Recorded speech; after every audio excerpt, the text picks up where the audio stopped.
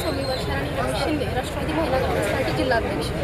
आज दादा फॉर्म भरायचं कारण असं की जर वाकडी झोपडी गटाच्या अंतर्गत जे 14 गाव आहे त्या गावाच्या अंतर्गत पाहिलं तर मूलभूत सुविधा रस्ते, वीज, पाणी यासारखे आरोग्य यासारख्या बहुतांश सुविधा अशा आहेत की काही प्रमाणात रखडले गेले, काही प्रमाणात ते पोहोचल्या गेल्या नाहीत. तर त्या पोहोचवण्यासाठी त्यासाठी ह्या जिल्हा परिषद मी फॉर्म भरलेला आहे. केंद्र सरकारची जी आहे त्या बाबतीत लोकांच्या बऱ्याच समस्या प्रत्येक ग्रामपंचायत समस्या आहे, त्या बाबतीत तुम्ही काय करता? नक्कीच वाकडीमध्ये सुद्धा हरगल योजना काही गोष्टी पूर्णत्वास आलेली नाही आहे.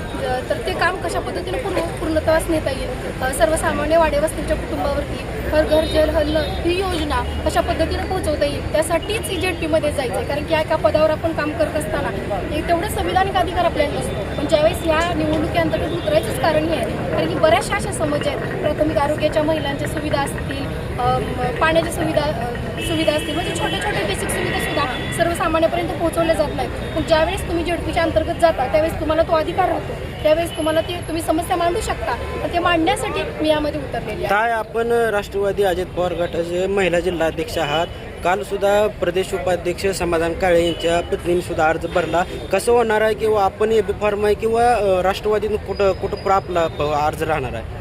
खरं तर लोकशाहीने प्रत्येकाला अधिकार दिलाय निवडणूक लढवण्याचा, आणि त्या सुद्धा माझ्या भगिनीच आहेत.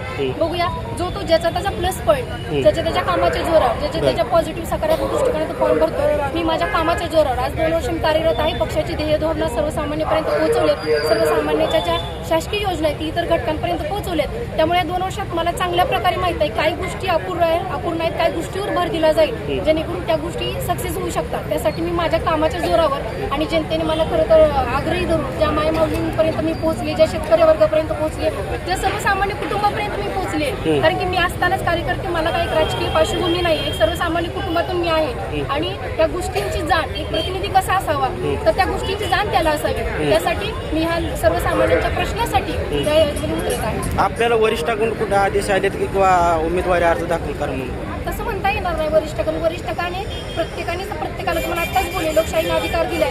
आता वरिष्ठ लेवलला चर्चा होईल काही सर्व अनुषंगाने आणि त्या हिशोबाने निर्णय होईल.